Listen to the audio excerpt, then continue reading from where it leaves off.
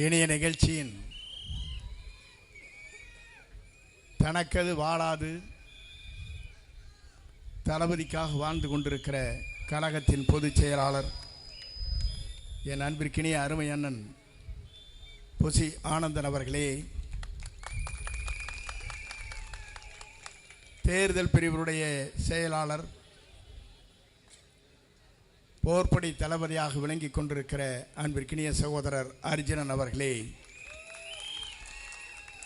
சிறந்த நிகழ்ச்சியிலே உரையாற்றி அமர்ந்திருக்கிற துணை பொதுச் செயலாளர் அன்பிற்கினிய அருமை சகோதரர் ராஜ்மோகன் அவர்களே,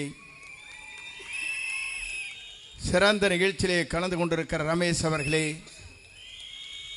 தலைமை நிலைய செயலாளர் அன்பிற்கினிய சகோதரர் ராஜசேகர் அவர்களே, ஒரே நாளில் முடித்து காட்டுவேன் என்று வரலாறு படைத்திருக்கிற மாவட்டத்தின் கழகத்தின் செயலாளர் ராஜ்குமார் அவர்களே, சீன் அவர்களே, விஜய் அவர்களே, ஆனந்த் அவர்களே, ஜெகதீஷ் பாண்டியன் அவர்களே, சிறந்த நிகழ்ச்சியிலே இங்கே வருகை தந்து தளபதியை நாளை கோட்டைக்கு அனுப்ப இருக்கிற ஆற்றல் மிக்க அன்பிற்கினிய சகோதரர்களே, நண்பர்களே, உங்கள் அத்தனை பேருக்கும் எனது பணிவான வணக்கத்தை முதலில் நான் தெரிவித்துக் கொள்கிறேன்.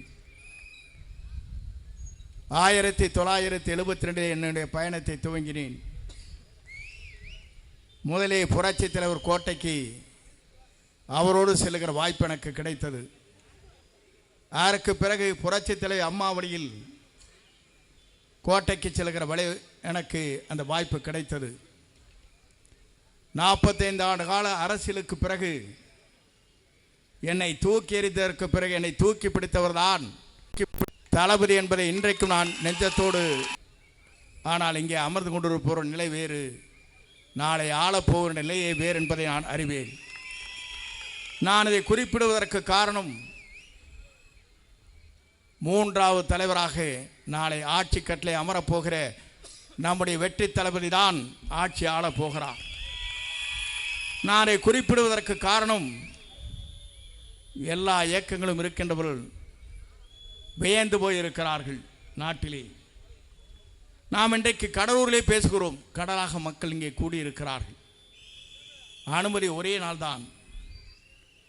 நம்மை வெல்வதற்கு எந்த சக்தியாலும் முடியாது என்பதை இந்த கூட்டம் இன்றைக்கு எடுத்து காட்டிக் கொண்டிருக்கிறது. ஏன் என்று சொன்னால், இந்த கூட்டத்தை கூட்ட வேண்டும் என்று சொன்னால் மாற்றுக் கட்சியை சார்ந்தவர்கள் இதற்கு 2 கோடி ரூபாய் செலவு செய்ய வேண்டும்.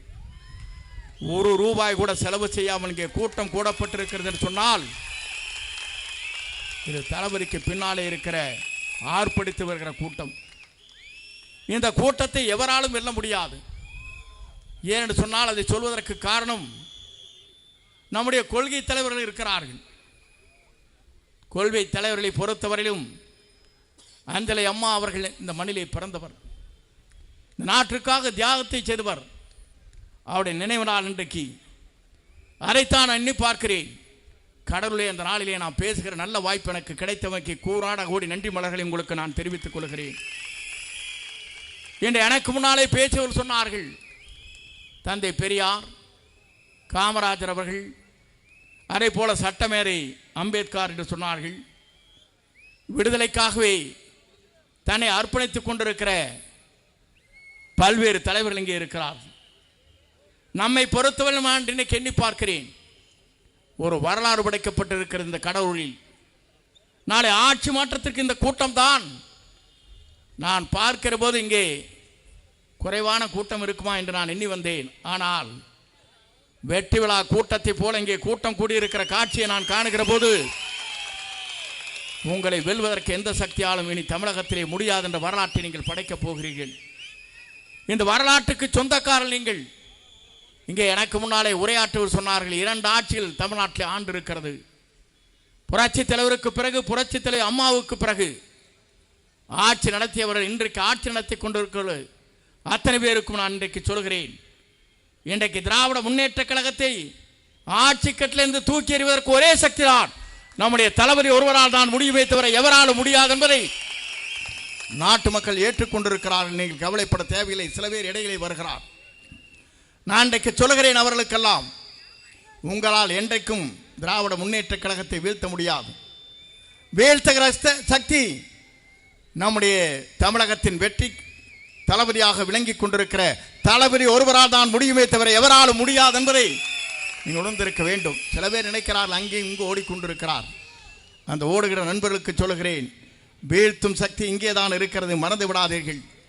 திராவிட முன்னேற்ற கழகத்தை வீழ்த்த வேண்டும் என்று சொன்னால் மக்கள் நல்லாட்சி நடத்துவதற்கு, நாளை எதிர்காலத்தை நம்பியிருக்கிற மக்களுக்கு கண்ணீரை துடைப்பதற்கு, நம்முடைய தமிழகத்தின் வெற்றி கழகத்துடைய தலைவராக மட்டுமல்ல, இந்திய நாடை வியக்கத்தக்க அளவிற்கு ஒரு வரலாற்றை படைக்கிற தலைவராக தமிழகத்திலே வீரனை போடப் போகிறார் என்பதை நீங்கள் மறந்துவிடக்கூடாது. நான் இதையெல்லாம் சொல்வதற்கு காரணம், இங்கே இருக்கின்றவர் சொன்னார்கள் கடவுளே 9 சட்டமன்ற தொகுதி என்று சொன்னார்கள். கன்னியாகுமரியிலிருந்து சென்னை வரையிலும் 234 தொகுதியிலும் அவர்தான் வெற்றி பெறுவார், யாராலும் மாற்றி காட்ட முடியாது என்ற வரலாற்றை தமிழகத்தில் நாம் படைப்போம்.